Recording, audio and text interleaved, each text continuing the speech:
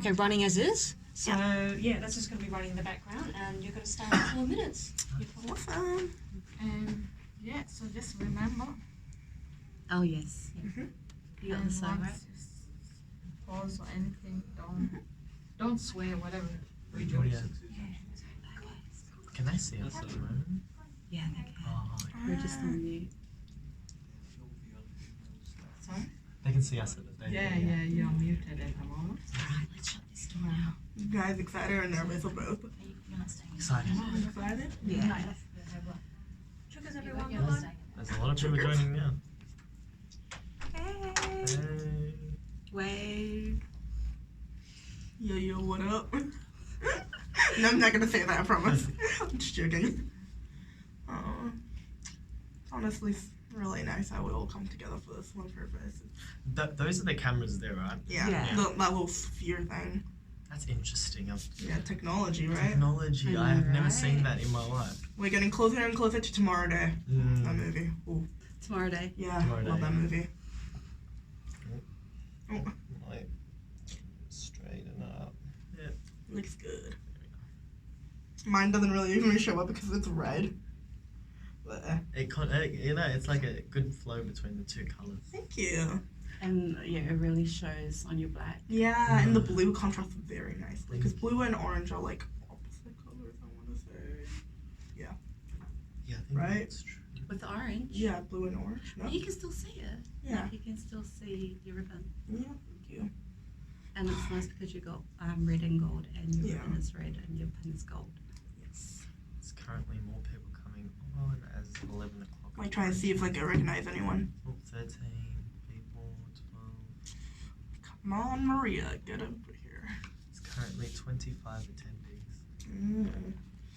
Imagine 25 people in a room. Ooh. God, have you done any of like the have you spoken like to like on the stage or have you done like Yeah. yeah, Yeah. that's intimidating. Yeah. That was like my first gig and I was Yeah. like no. It can be, because you've got a lot of people watching. Yeah. Yeah. But I feel like online's easier because it's just screen 2D. Yeah, It's that's easier right. for me personally. Yeah. Yeah. What about you guys? I am. Oh, there goes Bernice. Oh yeah. You know what I'm looking at? Sorry. I'm looking to see what food they're putting on that table. Yeah, no, I saw there Oh, was yeah. dips and some like crackers and like Which, So- which room was that? Is it just like next door? You'll see it when you walk. Ah, right, okay. Yeah. So as soon as Echo jumps on, we unmute. Yes. I'm so But we scared. don't talk. Mm. As soon as Yeah. we unmute, we do Just it. like. Oh, that's Kate Alexander. What a name. Oh, who's Kate? Oh, she's pretty high up there. I love her name. Okay. They all look like my youth worker. I'm just looking at youth against violence. I'm like, oh, this is the pitch. I don't know how this So is we'll gonna go. cross this off so you don't get confused. Oh yeah, you gotta introduce everyone to your little company. Well, I guess not little. That's your one. Excited? Yeah. Cause what kind of other stuff do you do for like exposure for it's like a company? Am I right to say that? Organization. Yeah. Okay. Yeah. It's pretty full on, isn't it? It is when you're Yeah. addressing DCJ. It is very Yeah. because they are the body, the government. Don't think of us that way. Yeah. Think of this as a learning opportunity for all the caseworkers, everyone that works Yeah, in the to government. improve everyone in Yeah, the future. think of it that way. When you're Yeah. talking, it's a learning thing for us. Yeah, it'll And ripple that's- into the next generation. Yeah. And that's what I Which is keep why in it's so mind. important that you guys speak your Okay. truth. Morning, everyone. Happy Harmony Day. We're just gonna leave for just a couple of minutes, just so that to make sure that everyone has joined, and then we'll start. Thank you.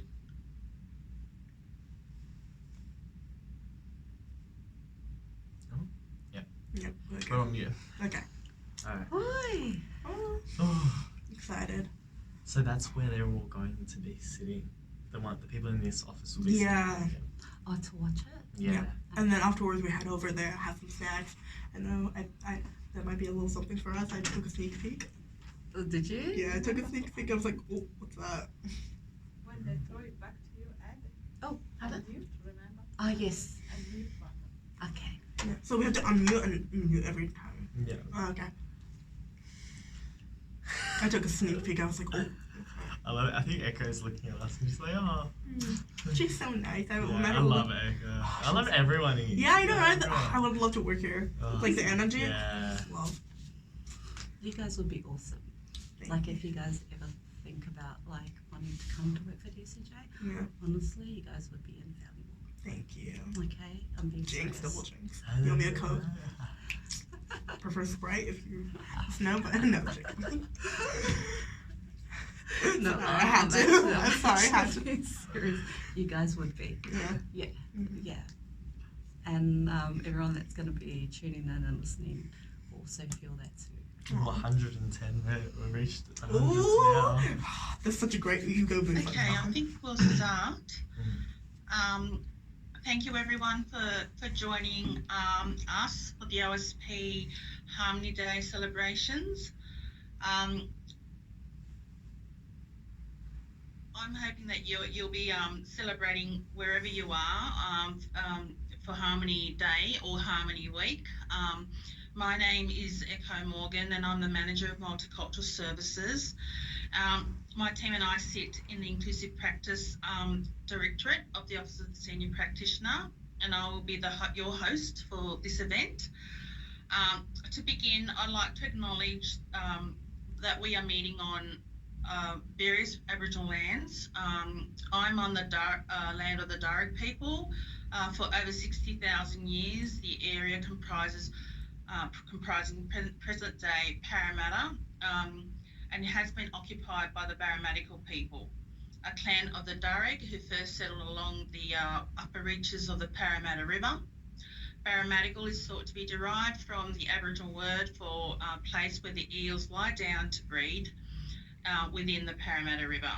I would like to pay my respects to elders past and present, and also I'd like to acknowledge and pay my respects to my Aboriginal and Torres Strait colleagues that are joining us today. In honouring culture, I would like to acknowledge that cultural diversity of New South Wales, 50% of New South Wales residents have at least one of their parents born overseas. We've had more than 250 ancestries and speak more than 280 languages at home. I acknowledge and pay respect to the rich cultural knowledge and heritage that exists in New South Wales and the importance of maintaining a connection to cultural identity for all of us. Today, you will hear from some very special guests. Awais Menzel, a member of the DCJ Youth Consult for Change and Advocates for Youth Against Violence. And we also have Alice Day. She's also a member of the DCJ Youth Consult for Change. And she works hard to ensure that the voice of young people in out-of-home care are heard and understood. We have Adeline, but we call her Addie Robertson, and she's one of our wonderful multicultural caseworker, and she's tagged Pacific communities.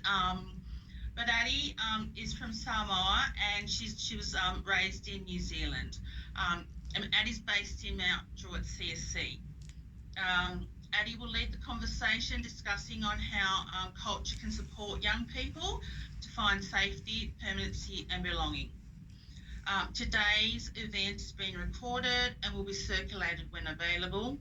And it's usually loaded up in the casework practice site. Before we move on to the speakers, let me set the scene for this morning. Harmony Day celebrates a week of cultural diversity and cultural respect for everyone who calls Australia home. The ongoing message for Harmony Day is everyone belongs. The week aims to engage people to participate in their community, respect culture and religious diversity, and foster a sense of belonging for everyone. The three values of Harmony Day is to foster inclusiveness, respect, and the idea that people of all different cultures can make a valuable contribution to society. We all know that culture and its values, beliefs and practices shape us all. Being culturally competent means we understand how our own culture influences our practice and helps us understand other people's culture to best support our work with children, families, and communities.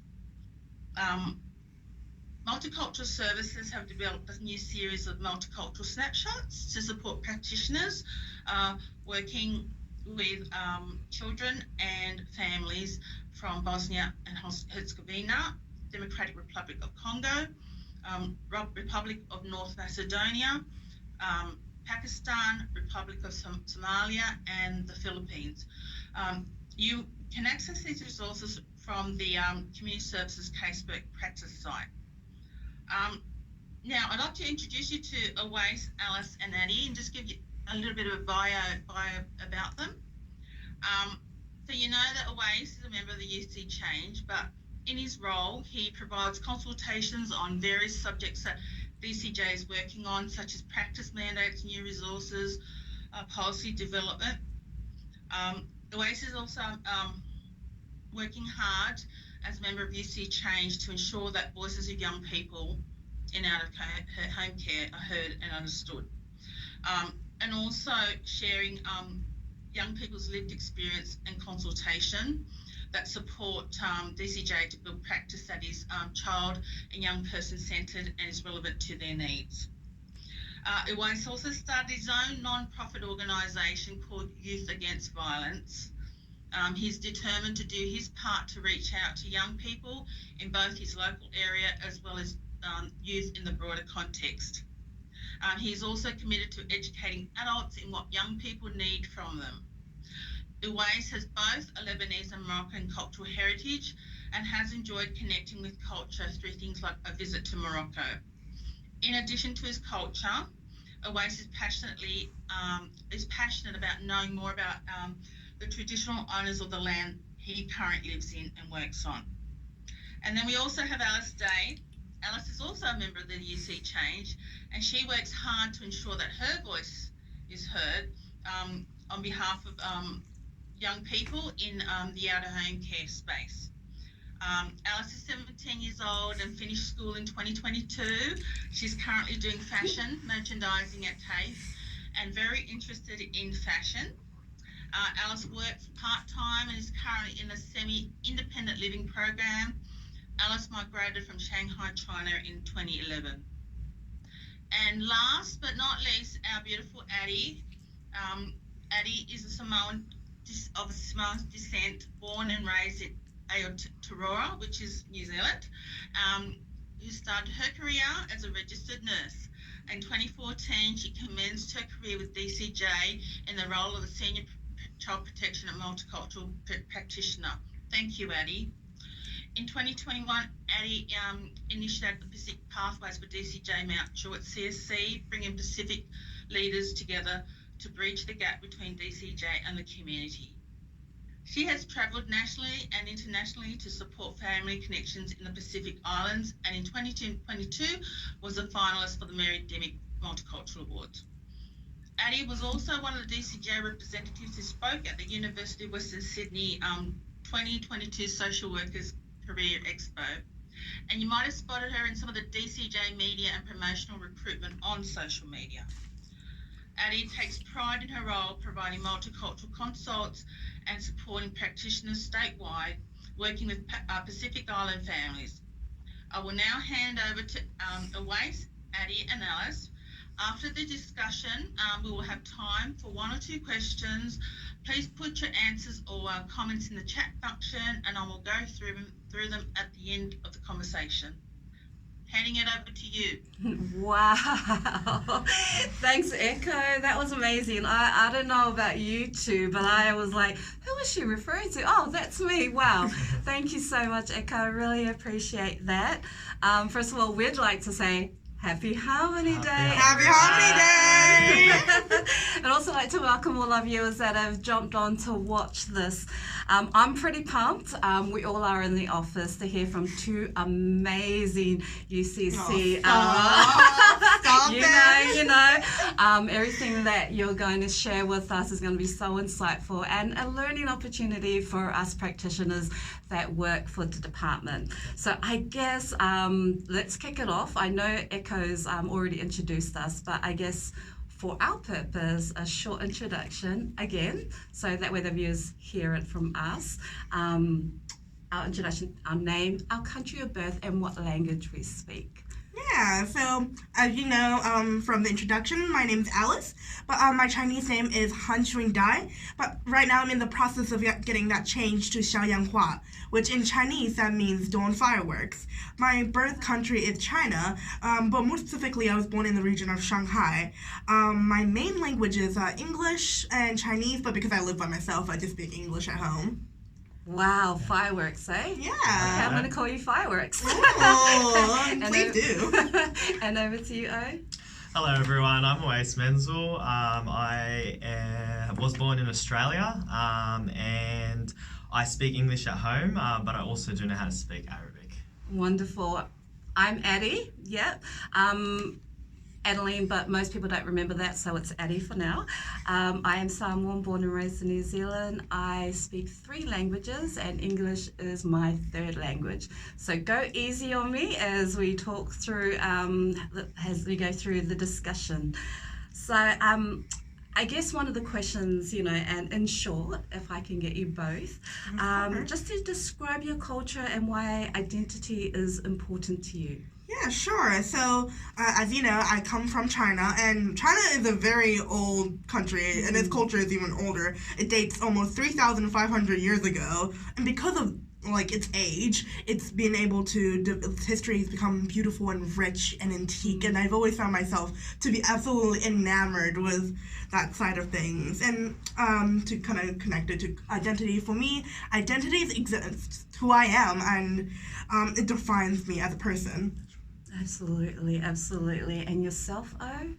Well, I come from both the Lebanese and Moroccan background, and so I feel pretty privileged to have such two such great cultures, within my identity. And so, my culture, a lot of people would have eaten Lebanese food, Moroccan food as well. Very known for our cuisine, but also the genuineness of our culture. My culture and my identity is very important to me. It shapes who we are. Our identity is where we come from. We've grown up with it, throughout our childhood and as we progress into adolescence. And so it is great, to highlight, such importance in culture. And identity is important for me because it is who we are. When we introduce ourselves in such discussions, it is very important that our cultures and our identities are showcased, and it's great to be here showcasing that. Absolutely. Culture is such a huge part of your identity and your roots. It's your way of life, it's your beliefs, it's everything about you. So knowing your culture and knowing your identity is very important for you as a person. Yeah? Absolutely. Yeah, absolutely. So what would help you connect to your culture and community, Alice? Yeah, so for me personally, I've had a bit of a complicated relationship with my culture and identity. I had a sort of a traumatic background, and also I immigrated to Australia at quite a young age in 2011. So I've had to grapple with my personal identity a lot.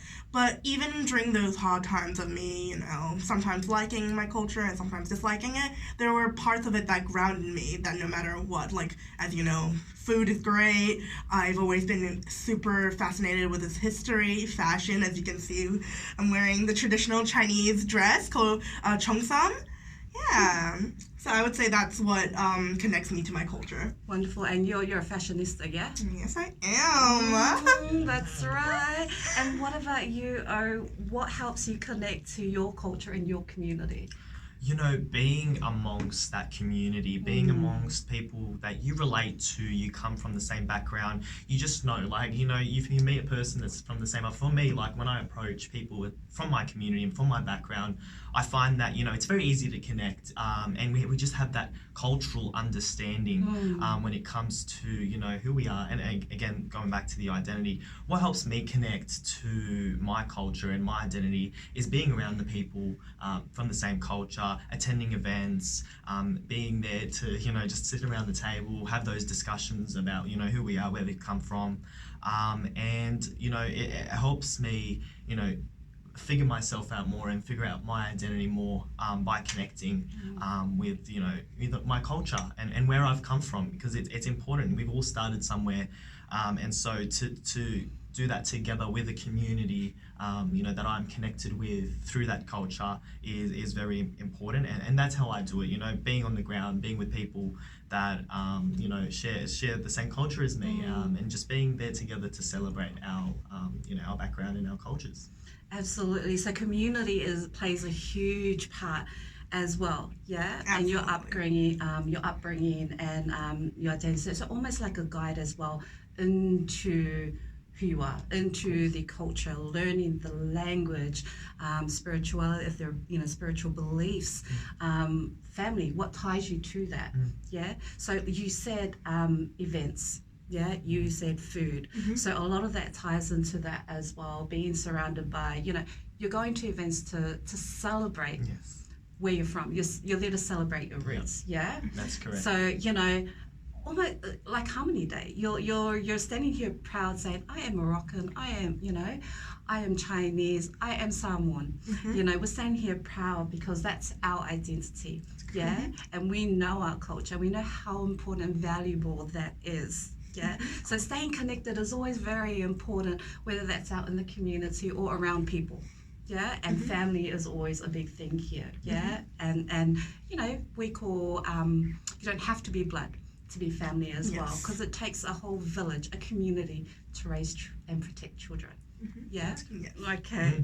So, give me an example of when someone has made an assumption about your culture, your family, and your community. Yeah, that's actually a really good question, because this happens more than people think.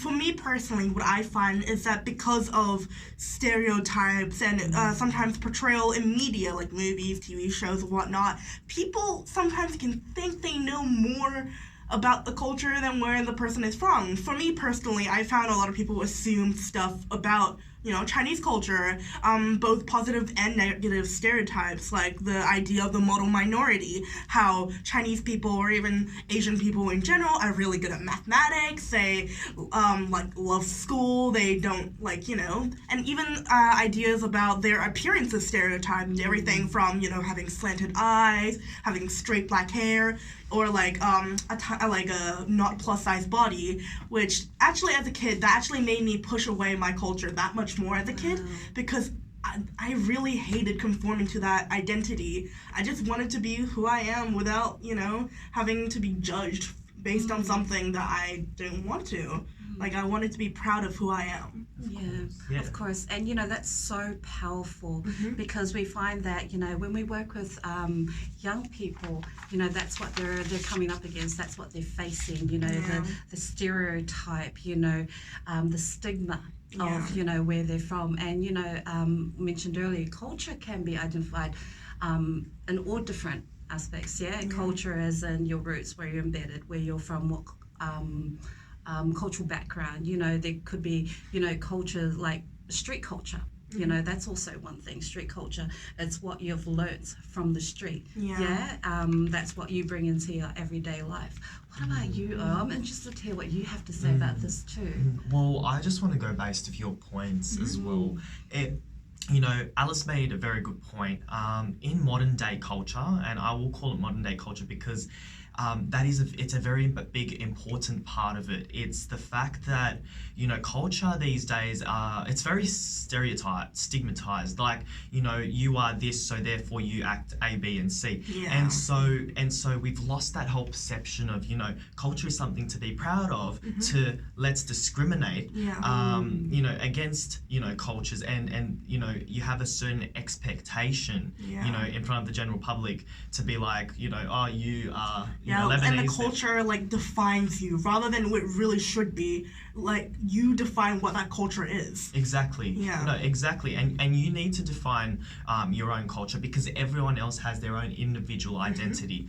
And a lot of people, grow and learn about their culture in many different ways, in ways that they feel comfortable in doing. But it's harder for them to feel comfortable when there's stereotypes and stigma because as you said, you felt that there were so many stereotypes and stigmas related to your culture that you had to withdraw that a bit. And I have the exact same view and personal experience as Alice. Being of Lebanese and Moroccan background, and also growing up in a Muslim household, there were stereotypes and stigmas put on myself and the Middle Eastern community in terms of this is you guys are dangerous, we've just seen what the media can portray, and therefore you kind of feel like I don't want to show who I am because it can be misconstrued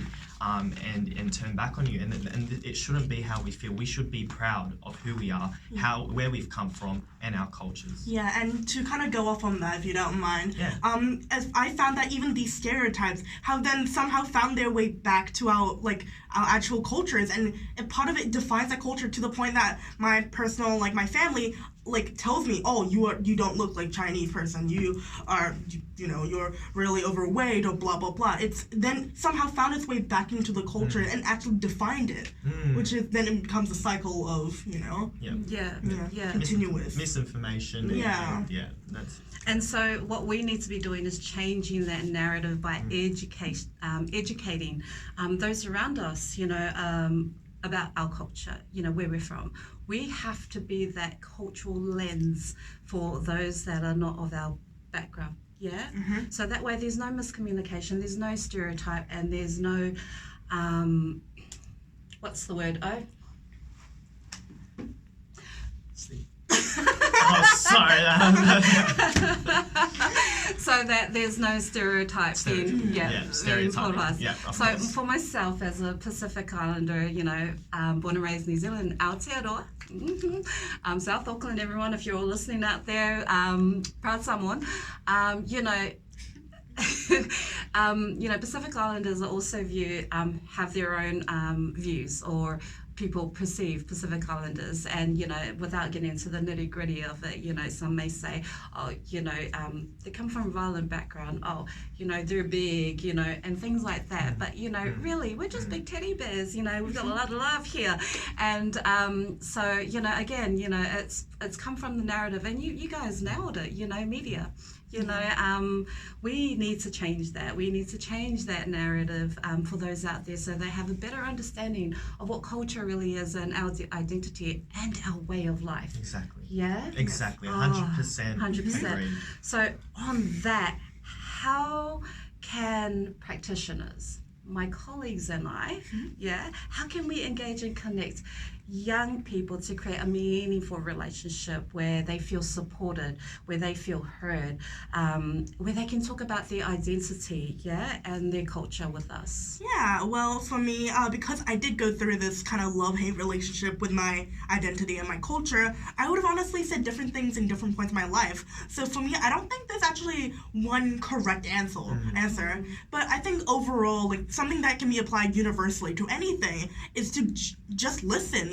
They're a person as much as you are a person, and feel free to ask questions. I personally don't mind when people ask me questions. I love it. It shows that they're interested, and I feel listened to, and I feel, heard. So I think in this way, they are able to, not only feel heard, but also they don't feel like they're pushing their culture away because the people are interested in it. Therefore, they get to share about it. Really show off a little. So what I'm hearing is ask the question, listen. Yes. Right, and don't be scared to ask. Confirm, confirm. Almost trust and check. Yeah. So looking at you, I'm not going to assume, that you're of a different culture. I'm going to ask you, what's your cultural background? Yeah. And I'm going to listen to Always you. ask more than assume. Love it. Mhm. And for you, O? Yeah, well, I want to foreshadow what you said, Alice. We go through times and periods in our lives where we're still learning what our culture is. We're still learning our identity. And a lot of young people within the Department of Community Justice, in the system of the department, they're coming in from a young age. And so, that they're probably confused about what culture even is. So I think it's important that, the caseworkers look at the background of that young person, and gather as much information as they can from their childhood, what they've learned about their culture, and then, ask the young person, because the young person, needs that voice of their own to say what culture they are, to reflect on their identity. And so I do believe that, caseworkers should sit down with a young person, have that one-on-one conversation. I know that there's a cultural plan that DCJ have. Do you want to sit down, do that cultural plan, but also don't do it from a place where we've just got to fill out a form, that says this is your cultural plan. Actually sit and connect with the young person, learn about their culture, and then if they want to do something that enhances their identity and their culture, support them as much as you can.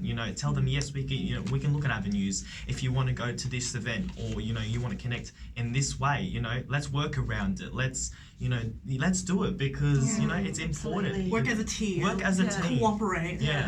Yeah, of course. Yeah, and we're going to touch on that because you've said cultural plans, which was going to be my next question. Great and segue. You guys are making this too easy for me. So I'm going to ask you, because I know that I've had this conversation with you, Alice, in the past, and you've been very passionate about cultural plans and, how that can be helpful and meaningful to you. You had some really, really good advice. Thanks for hyping me up. So I guess I'll get right into it. So I think cultural plans, they're amazing. They're great. Makes the young person feel heard. It makes them get to talk about their parts of their life that they were excited about, like parts of their childhood they feel fond about. But it works great in theory. But in practice, I feel that it is actually lacking, especially in the planning department and finances and all that. For example, for me last year, go off of a recent example. Last year, I wanted to attend Chinese New Year because, it's great. It's so festive. Everything's so fun. Everyone's having a lot of food. It's great. But I felt like we had it in my cultural plan, but it was unfortunately not as well as planned as I would have liked.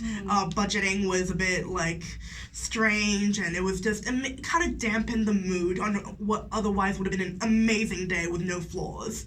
So I think a good thing that could go forward is that ask the young person at the beginning of the year, hey, what do you plan to do for, do you have any major plans for the year? And if they list off some cultural events that they wish to attend to, make sure to, mark it on your calendar and plan with the young person at least 1 week before to make sure everything goes smoothly on the day, because no one likes doing all the paperwork on the actual day. It makes it stressful for the young person. It's stressful for case managers, for you guys. Yeah. And that's really insightful. And sometimes, as practitioners, we, our day-to-day with work, our loads, we get really busy. And sometimes when it comes to developing a cultural plan, these are discussions that should have already had right from the beginning, once we meet that young person or that family, finding out all that information. But, significant events, that are celebrated in their culture is, some things are missed in the cultural plan. So, hearing what fireworks, Alice, has really shared with us is really important. So the pre-planning and make sure that stress is not also felt by the young person, especially when it comes to supporting it financially. So making sure that we've got time to cover that. What about you, O? Do you have anything you want to add to that? Yes, of course. I actually, again, want to push on a point that you put, theory and prac. Let's say a cultural plan is written, right? You've got great plans in there, going, for example, to celebrate the Chinese New Year, looking forward to it, but it stalls at the prac. the theory looks great. It looks great on paper, but when it's in fruition, you find that there are flaws, connected to such, plan. So I think, cultural plans are great in the theory sense, but when you come to actually rolling out that cultural plan, it's really important, to, just follow that plan as best as you can. Allow young people allow young people to have that funding, to do things to the best of their ability, because these are important events for young people. This is what shapes their cultural identity as well. They look back on it fondly as their childhood. They will be able to go in the future as like, oh, I remember that. That was so nice. Yeah. It becomes a fun core memory. And young people, especially in the system, I really believe that they should be having opportunities like this, because they are missing out on the mainstream part of learning about their culture. So being able to have opportunities like attending the Chinese New Year or attending an event you really feel passionate about and want to learn more about.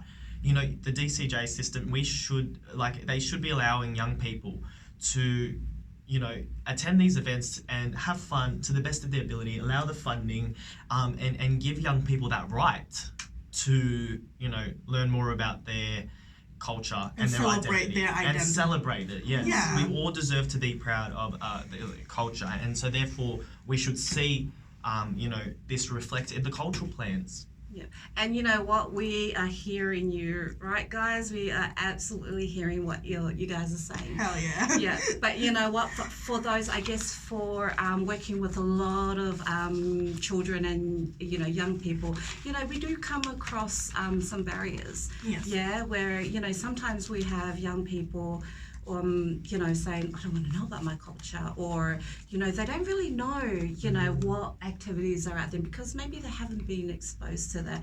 So what I'm hearing from you both is ask the question, listen, implement. Yes. Yeah? That's it. 3 steps. 3 Yeah, steps. 3 easy steps. Yeah. So what was that again? I forgot. Gotchas. Just wanted to make sure you two are listening as well. You look stunned. We both are. That was kind of out of nowhere. No, so it was so listen to the young person. Question. Implement. Right. There we go. We got it under wraps. We are listening, guys. We promise. Okay, cultural plan. So that's how important and valuable having a cultural plan is for a young person. You've heard it live with both Alice and Oz. So now we have a specific question that we want to ask Alice. Fireworks. Hi. So we know, right, that you're very passionate about uplifting unheard voices of young people. In what way can caseworkers explore this with young people and make them feel heard? Well, what I think, this suggestion, but I think it'd be really good to have like a system where case managers, like cultural case managers like yourself, that are available, like that they are given the opportunity to be able to be like a source of comfort. Like, let's say if, because I am Chinese, if there was a case manager that is of Chinese background, that I can go to her or them or whoever. Like, I don't have to. They're there if I need it. That resource is there if I need it, especially if during a time of uncertainty, unrest, just like, what do you even know much about my culture? I don't know much at all. Or like if I'm confused about anything, I can go to them and just, talk and feel at home. Yeah. Well, that's actually a really, really good point. I mean, we've got cultural, multicultural caseworkers, and on top of our, role, we provide those cultural lenses and supports to our colleagues, practitioners, caseworkers to be able to work, with young people that have a CAL background, but having someone appointed, I guess is what you're saying, Alice. Yeah. That you can go to specifically. Yeah. To get advice, to talk to, because they're on the same level, same page with you. Yeah. Because they understand you. Yeah. Yeah. You come from obviously there will be differences in cultural experiences, but you come from that background. You know what it's like to grow up in a certain situation. You can connect really and to feel at home. Okay. Yeah. So as a young person, what does it mean to you to have your voice heard? Well, for me to have it heard, it means to have keep an open mind. Always listen, and just people want to be heard without judgment. Just accept them as they are, even if they're not the stereotypical person. Love them as who they are. Wow. Yeah. Thanks for sharing. So, Yeah. and I hear you, girl. I do. Oh yeah. No, same. Yeah. And I'm sure exactly. everyone is hearing you right now. So I have a specific question for you that would like to hear from. I'm really excited also to hear your response. You have set up a Youth Against Violence. Be proud. Be proud. Show off the shirt. There you go. Youth Hey. Against Violence. Could you tell us more about your organization? Look, Youth Against Violence, I've started this not-for-profit organisation to speak up for our young people, because let's be honest, young people do not have an equal voice when it comes to policies and procedures. They don't have enough support on the ground. And I had I'm not going to go into depth about this, but I had a personal experience where I lost a best friend to violence on the streets of Western Sydney. And after that, it was kind of like jump into action. What can I do? Because we're sitting by while things are happening in the community amongst our young people, and a lot of our young people don't feel supported. We're on the streets. We're walking the streets, we are looking firsthand at the issues that are impacting our communities and our vulnerable communities in Western Sydney. And so I started Youth Against Violence to address violence that is happening on the streets, to address the problem of knife crime, to address, where the disconnect is happening within the community, and to bring it back a bit to the cultural discussion. The stigma is out there. Western Sydney is stigmatised to a point where they believe that they should be the way they are, because it's an expectation that has been set by the media. It's an expectation that has been set by the system for young people. And so where we come in through Youth Against Violence is we want to create programs for young people. We want to engage young people that are actually at risk, of going into the criminal justice system, it ruins people's lives. There is no rehabilitation services mandated in the corrective system and the detention centres, and so it is important for young people's voices to be heard through Youth Against Violence. I want Youth Against Violence to be a platform for both young people and adults to come together, to lead policies, to lead discussions, but also to get, to lower the crime rates, to lower the violence rates on our streets, because at the moment, young people feel that they need to turn to violence as a leeway out of certain situations. They're growing up in, households that, are currently experiencing domestic violence, sexual violence. And if you look at the domestic violence and sexual violence rates in New South Wales, they are going up. They are going up. And there is not enough action being taken by, governments and people who should be leading the charge. And there is a current, I'm just going to mention this, there's a current review that was asked to be reviewed by the Attorney General in New South Wales, and it's review on sentencing laws regarding firearms, knives and other weapons offences, and it's led by DCJ and the New South Wales Sentencing Council. And I think this is a very big, important step in getting these knives off our streets to protect our young people, because our young people have a misguided conception that carrying a knife for protection or status is okay, when it is not okay. And we need to, Youth Against Violence is that support. We're on the ground, and we need to help our young people that are most in need, and young people from different cultures who are being stigmatized, who are being stereotyped, and if we're being serious, are just being left on the back burner because they're coming from those socioeconomic areas, and areas that don't offer as much support as people in the city would receive. And I want everyone to take this in as well, because it is an important discussion when it comes to culture, and the topic of stigmatizing a culture or stereotyping a culture or an area, and then letting down all the young people who live in that area, and Blacktown, the LGA of Blacktown is home to one of the most diverse range of cultures within the Blacktown LGA, and so we need to look at helping our young people. And so Youth Against Violence is here to set up a foundation for our young people for a successful future by our youth for our youth. Wow. Wow. I don't know about you guys, but that gave me chills. That was powerful. That was, wasn't it? Mhm. Well done. So, I guess part of that, or on the back of that, what have you found to be the best approach working with youth? Well, you know what? Casework, like I'm going to speak directly to all the caseworkers out there and directors, because it is important to know how to deal with young people. You can't just walk in and be like, all right, this is my client. All right, client, let's talk about A, B, and C. It should be, this is a young person. It's a vulnerable young person. If they're in the DCJ system, they are probably vulnerable.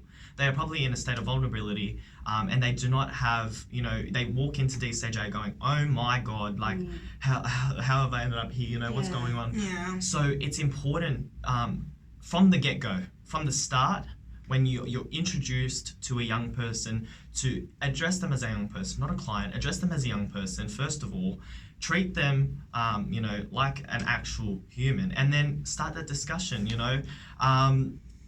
don't think of it as there's always that professional boundary, always, within our fields, it's a professional boundary, but also we've got to remember that these are young people. These are young people that we are, talking with, dealing with. And so, sit down, engage them. What do you enjoy doing? What are your hobbies? Just easy conversations to start off, what do you enjoy doing? Let's go grab lunch. It's one of my best things, back in my early days of being introduced to the system. One of my favorite things as a young person was being like, my caseworker was being like, said to me, let's go grab lunch, let's go grab lunch and have a chat, about, whatever it may be.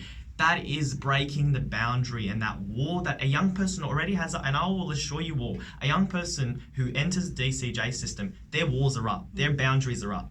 And breaking down that boundary and showing them that they have that support, they have that backing from, their caseworkers and the team that are helping them through, their journey in the system. And, just sit down with a young person, engage. If they want to do something, to get them out of, strife, like if they're getting into a little bit of trouble, sit them down. Don't be like, you can't do it. Be like, what can we do to support you? What do you need for us to be able to guide you and make you successful? I love people who are there by your side and who are there to walk every step of the way with you as much as they can within their field and their role to guide you down the right path. And so it's as easy as these 3 steps, right? Engage the young person. What would you like to do? Do you want to go out for lunch?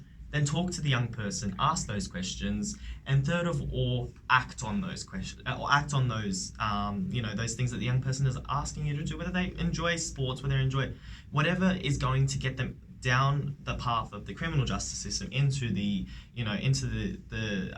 their own mainstream life. And again, helping them with that identity, helping them understand, certain things, consequential thinking, all those things, and, just being there and acting upon that and supporting them throughout the way is very important. Wow.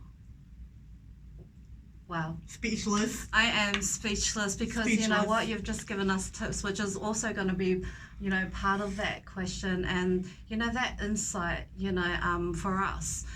Working in this role is really, really helpful. It helps helps with our communication, how to break those barriers, and how to build that relationship, build that trust. Yeah, that's right. Yeah, and I think as well, going back on the DCJ can't do all the work. DCJ have such a low scope, and cheers to all the caseworkers out there. You guys are doing an amazing job, and cheers Absolutely. to the caseworkers out there, because you guys have huge caseloads. You guys got long hours of work. Sometimes the work doesn't finish just before, like it doesn't stop at 5 o'clock. It keeps on going throughout the night. So and we get that, and so another thing is engage in services as well. If there are services such as Youth Against Violence out there, be able to refer, be able to go, well, this is a great organisation that I think you will matching, whether it be, PCYC, whether it be any organisation that is ready to help young people, has the services and the resources to,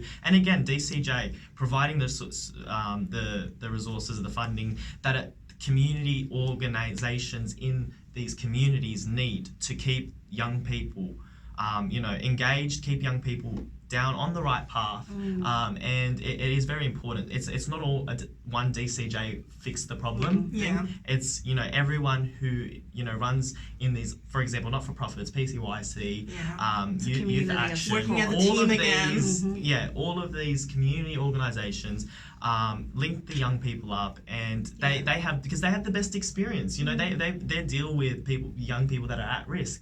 And so if you can't do all the work yourself, it's great to just pass on, that support service to that young person and getting them the support that they need. So ongoing support is really important. Of course. It can't be like one day, because I find within the field, there are, discussions. There's always discussions, let's have this discussion, let's have that. But we need the action. We need the action as well. Acting upon, a lot of these things will ensure success and effectiveness in dealing with certain things. So, I think it is important. And, stereotypes and stigma, as we've seen in Western Sydney and, throughout the communities, it's a big barrier that we need to break down as well. So, don't limit a young person at their culture. Don't limit a young person just because, they look they look to you a certain way. You know what? Get to know the young person. Get to know the young person, where they come from, their background, what they've been through, and act on that and support them the best way you think that you can. And it all starts by learning. Of course. Listening. Yeah. Yes. All starts listening. Yeah, and that's why Harmony Day is so incredibly important. Because we're all coming together. We're all coming together. And we thank you so much for joining us and listening to everything that we have to say. Yeah, because of course, all the caseworkers that are on here, of course, there's a lot more that are out there that couldn't be able to make it because they've obviously got a lot of work on their hands. So more than meets the eye. And of course, everyone here, the work that they have to do after getting off here, we just thank you for taking that time out. To listen to our voices, and we hope that what we've said does stick, and we do see some action happening. This is a step forward. Baby steps, but taking those steps nonetheless. Of course. I don't know about you, but I am so proud and I am so honoured to be sitting here amongst you both, sharing your journey, sharing your experience, sharing your insight on how we as a community of DCJ, and with the supports around us, with support services that you mentioned, how we can best do our work, best engage young people. Hearing that come straight from you both, has been so meaningful for us, for me, sitting here listening. Sometimes we know that, but putting that into action is a different story. And that's what I'm hearing from you both. I just want to thank you both for sharing today with us, and thank everyone that's watching. I think we're going to hand it back to Echo. Thank you. Thank you. Thank you. I'm Louise, Addie, and Alice. Thanks so much. Thank you. And thank you for everyone staying on. Is it okay if I just ask one question and for Louise and even you, Addie and Alice?